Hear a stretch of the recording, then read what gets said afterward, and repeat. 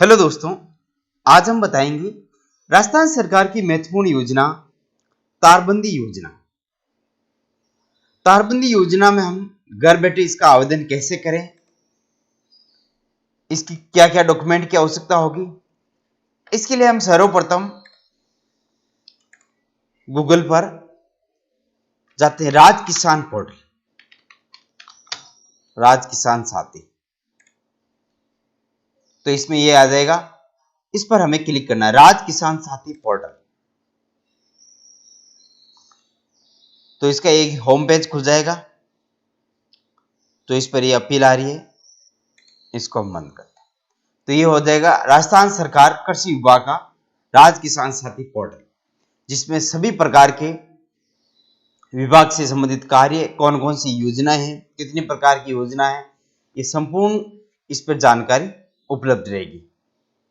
किसानों की क्या क्या है, कृषि के बारे में उद्यान कृषि विपणन विभाग, राजस्थान स्टेट सीड्स कॉर्पोरेशन, डिगी, खेतलई, फवारा सेट, खेतों की तारबंदी किस रूप में की जाती है, किस रूप में करनी, इसकी पूर्ण रूप से इसमें विवरण दिया हुआ है।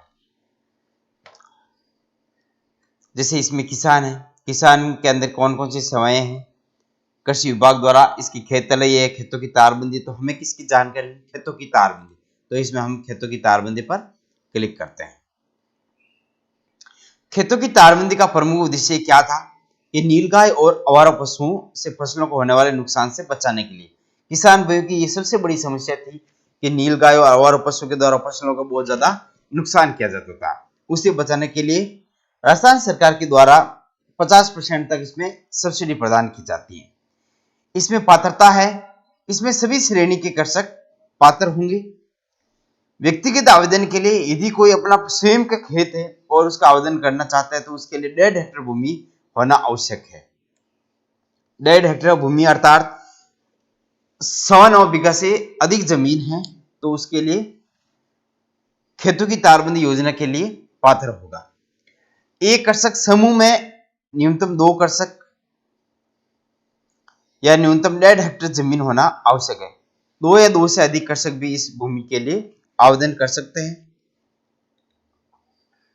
जिसकी भूमि की सीमाएं निर्धारित पेरीफेरी में हो, यानी अलग अलग किसान के अलग अलग भूमि के लिए पेरीफेरी में उसका अनुदान होगा। अब देखते हैं इसका अनुदान किस रूप में होगा। तारबंदी हेतु खेतों की पेरीफेरी में लघु एवं सीमांत कृषकों की लागत का 60%। यदि आप लघु एवं सीमांत कृषक हो तो उसके लिए लागत का 60% तथा अधिकतम राशि 48,000 रुपए जो भी कम हो। इसके अलावा लघु और सीमांत कृषकों के अलावा जो भी अन्य कृषक हैं उनको 50% तक का या अधिकतम राशि 40,000 रुपए जो भी कम हो, प्रति कृषक 400 रनिंग मीटर की सीमा तक अनुदान देय होगा। आवेदन की प्रक्रिया, आवेदन हम ई मित्र से भी कर सकते हैं और हम घर बैठे भी आवेदन कर सकते हैं।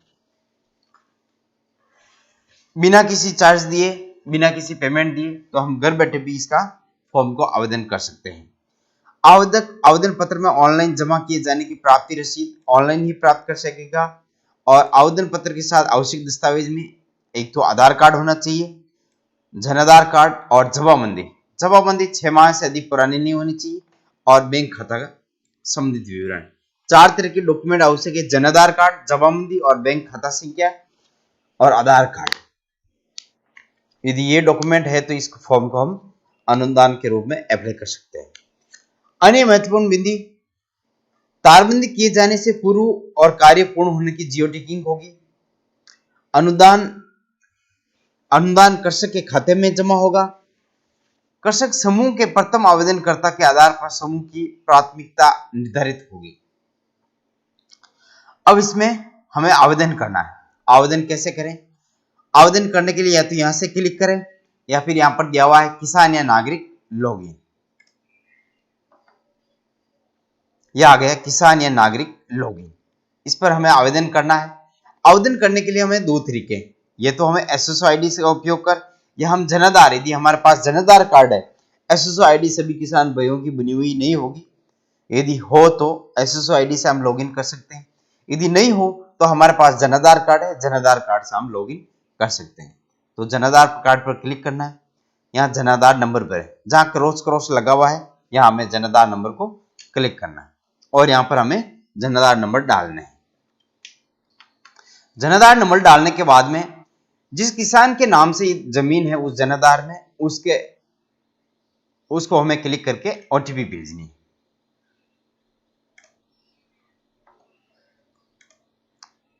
ओटीपी आने के बाद में हमें ओटीपी दर्ज करनी है।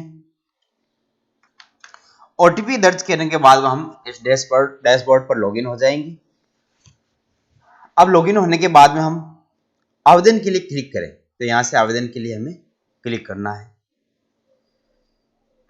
अब इसमें कौन सी में है, कृषि सब्सिडी सेवाएं, बीज उत्पादन कार्यक्रम या बागवानी सब्सिडी सेवाएं, तो हमें कृषि सब्सिडी सेवाएं इसमें होगा, तो यहां पर क्लिक करें। Subsidy on farm pond, subsidy on barbed wire fencing, तो हमें तारबंदी के लिए करना है, तो इस पर हमें क्लिक करना है। इसमें हमें पहले क्या क्या दिया हुआ है, सभी संयुक्त कृषक तारबंदी योजना से लाभान्वित हैं। आवेदक कृषक ने तारबंदी योजना से पूर्व अनुदान प्राप्त नहीं किया हो, तो यदि पहले से आपने कोई अनुदान प्राप्त नहीं किया है तो इसमें फॉर्म भर सकते हैं, नहीं तो नहीं कर सकते हैं। व्यक्तिगत आवेदन में न्यूनतम 1.5 हेक्टेयर भूमि एक ही स्थान पर होना आवश्यक है। समूह में तारबंदी करवाने पर एक कृषक समूह में 2 कृषक या 1.5 हेक्टेयर जमीन होनी आवश्यक है। कृषक स्वयं के नाम से भू स्वामित्व नहीं होने की स्थिति में आवेदक कृषक द्वारा नेशनल शेयर धारक का प्रमाण पत्र राजस्व हल्का पटवारी से नेशनल शेयर धारक का प्रमाण पत्र राजस्व हल्का पटवारी से प्राप्त कर प्रस्तुत करना अनिवार्य है। यदि हमारे स्वयं की भूमि नहीं है और वहां करवाना चाहते हैं तो उसके लिए हमें राजस्व या हल्का पटवारी से ये नेशनल शेयर धारक यानी मेरी जमीन इसको इतने सालों के लीज पर दी हुई है तो उसके लिए भी ये वैलिड होगा। आवेदक कृषक को जमाबंदी की नकल देनी होगी जो कि 6 माह से अधिक पुरानी नहीं हो। अनुदान हेतु जनाधार में बैंक खाता चालू हालत में होना चाहिए। ध्यान रहे कि हमारा खाता संख्या है जो जनाधार में जुड़ा हुआ होना चाहिए। यदि जनाधार से नहीं जुड़ा हुआ है तो बैंक का खाता हमारे पास इसमें सीधा बैंक में ट्रांसफर नहीं हो पाएगा। जो भी अनुदान होगा जनाधार के बेस पर अनुदान होगा।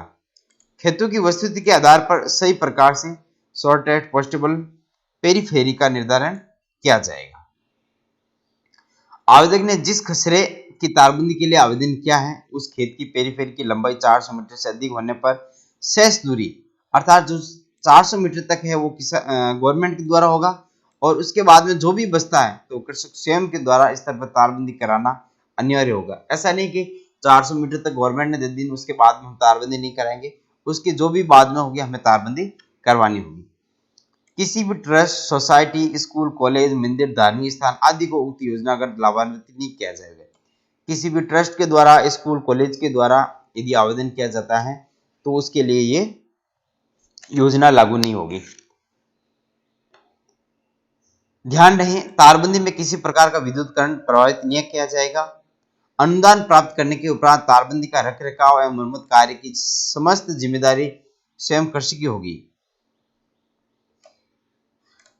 अब इस प्रकार हमने जो भी निर्देश थे उसको पढ़ लिया।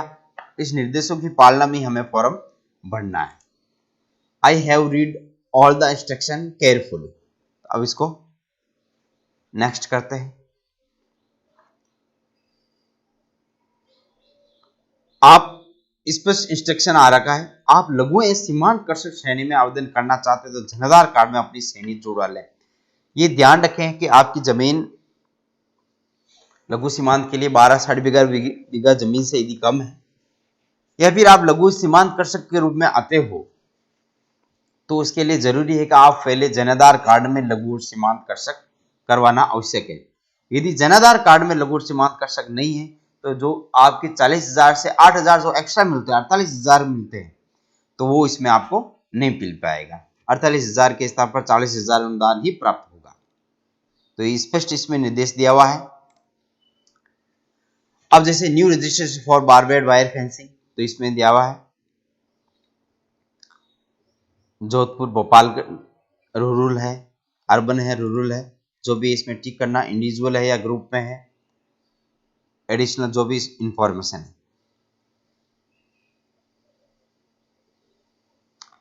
ग्राम पंचायत, तो जो भी हमारी ग्राम पंचायत है इसमें ग्राम पंचायत को फिल करना है। कैटेगरी स्मॉल है या कौन सी है, जो भी खसरा नंबर डालना है इसमें, खाता संख्या नंबर और खसरा नंबर।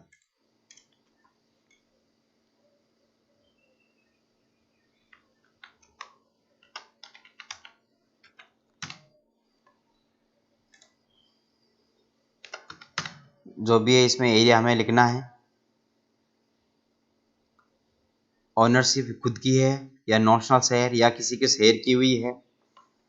अब इसमें नक्शा एंड खसरा वेरीफाइड बाय पटवारी, ध्यान रखें खसरा और नक्शा पटवारी के द्वारा वेरीफाई होना चाहिए। वेरीफाई होने के बाद में इसको अपलोड कर सकते हैं। तो जैसे हमारे पास इसमें जो भी वेरीफाई खसरा संख्या है उसके अनुसार हमें इसको अपलोड करना है। Special check are not allowed in file name, केवल और केवल एक नाम से होना चाहिए, इसके अलावा इसके नाम से नहीं हो सकता है। तो इस रूम में केवल और केवल एक नाम से था, उसमें 1 2 3 4 इस रूम में लिखा हुआ नहीं होना चाहिए।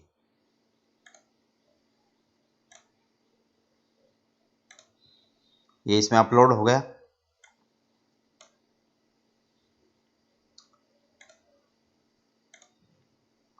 अब इसमें हमें ये फॉर्म, जैसे हमने खाता नंबर डाल दिया, खसरा नंबर डाल दिए और कितनी जमीन है और यहाँ पर डिक्लेरेशन कर दिया। मेरे द्वारा जमाबंदी के लिए आवेदित खसरा में पूर्व में तारबंदी पर अनुदान प्राप्त नहीं किया गया और इसमें कोई विवाद नहीं है। तो इसको फाइनल सेव करना तो फाइनल सेव करें और ड्राफ्ट सेव करना तो इसको ड्राफ्ट सेव करें। Please select khasra verified by patwari file row number 1। Please upload jamabandi document. इसमें एड मोड जो भी डॉक्यूमेंट है और भी इसमें करना है। जैसे इसमें नक्शा हो गया, अब जमाबंदी है तो जमाबंदी के लिए इसमें जमाबंदी को भी इसमें अपलोड करना होगा।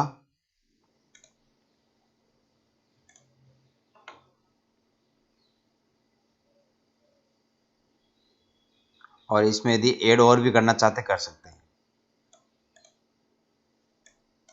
तो ये हो गया हमारे पास। Please select khasra verified by patwari file of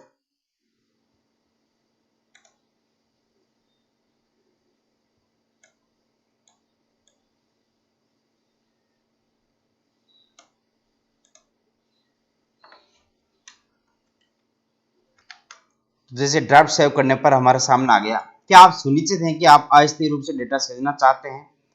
यदि कैंसिल करना चाहते कैंसिल, ड्राफ्ट सेव या अस्थायी रूप से डेटा सेव करना तो इसमें, तो ये ड्राफ्ट सेव हो गया। अब इसको फाइनल सेव करने के बाद में हमारे पास जो भी फेंसिंग नंबर है तो वो जारी होकर आ जाएगा। तो इसको फाइनल सेव करेंगे